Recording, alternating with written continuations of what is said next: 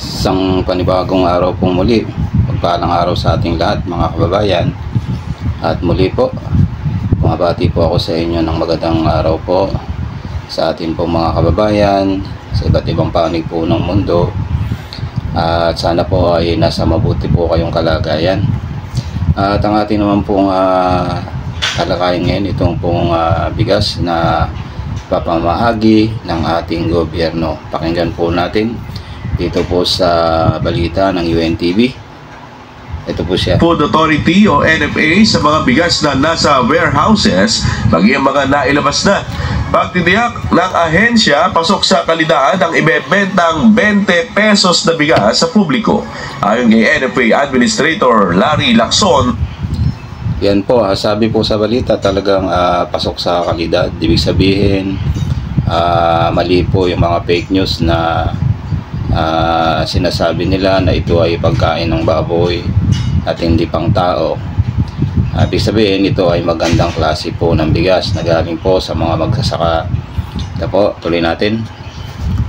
Wala naman na niyang dapat ipangamba ang publiko sa kalidad ng 20 pesos sa kada kilo ng bigas na proyekto ng pamahalaan. Ayon pa sa opisyal, mayroon talagang posibilidad na ang daang-daang milyong sako ng bigas na matagal nang nakastock ay magkakaroon ng deterioration o pagkasira. Ngunit sisiguraduhin nilang pwede pa itong i-consume o ligtas pang kainin. Dapat hindi na pumasaya, hindi na natin yung release. So far, maganda naman ang quality assessment natin, no?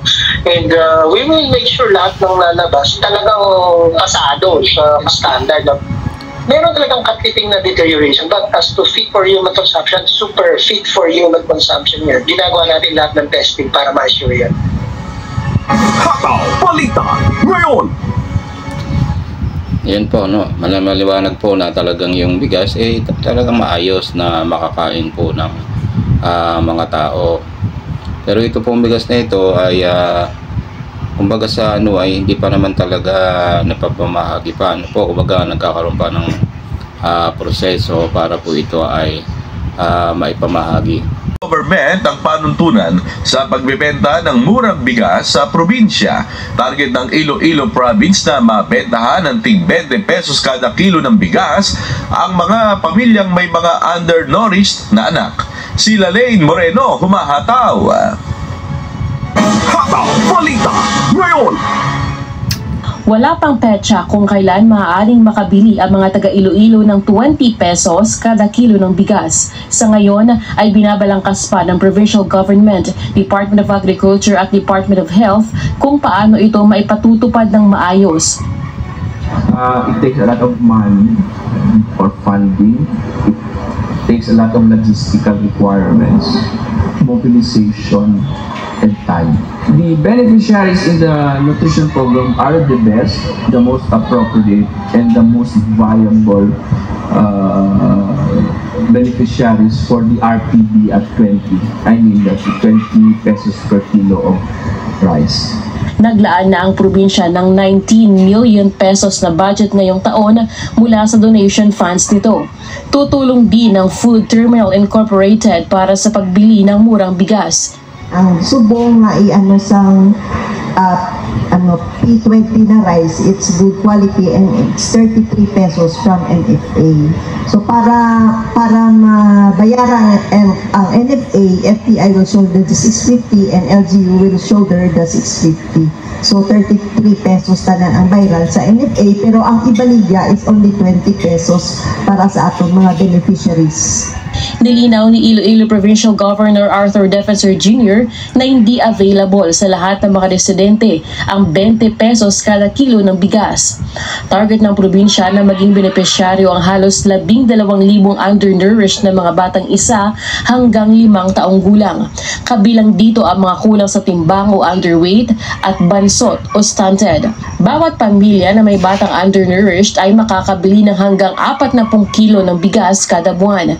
Ayon naman sa National Food Authority, sapat pa ang kanilang supply ng bigas sa mga NFA warehouses at patuloy ang kanilang procurement ng palay sa mga magsasaka.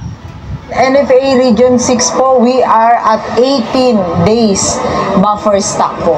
So, sapat na sapat, hitik na hitik po ang aming mga bodega. Rice-wise ho, we have 105,000 bags at 50 kilograms of NFA rice. Ang palay naman po natin, 1.5 million bags po.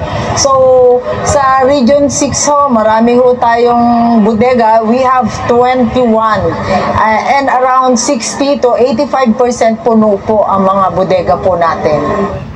Samantala, sa susunod na taon, target ng probinsya na magiging available ang 20 pesos na kada kilo ng bigas sa mga kadiwa centers, bigasan ng barangay at iba pang government retail stores sa Iloilo.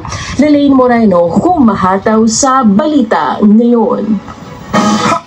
Yan po, nakakatuwa po na talagang mapapa-implement itong 20 pesos na bigas.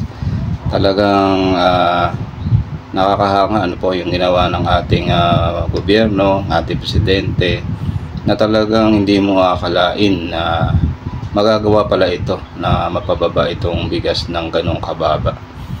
Sabi ko nga po noon, nung sinabi yon ng ating Pangulo noon, na pangarap niya, sabi ko parang malabo yun, parang hindi kaya yun kasi bili mo, mabibili mo yung palis halagang 22, 23, 24, tapos ibebente mo ng 20, napakalaking po yun. Kaya po, pero ngayon nakikita po natin na talagang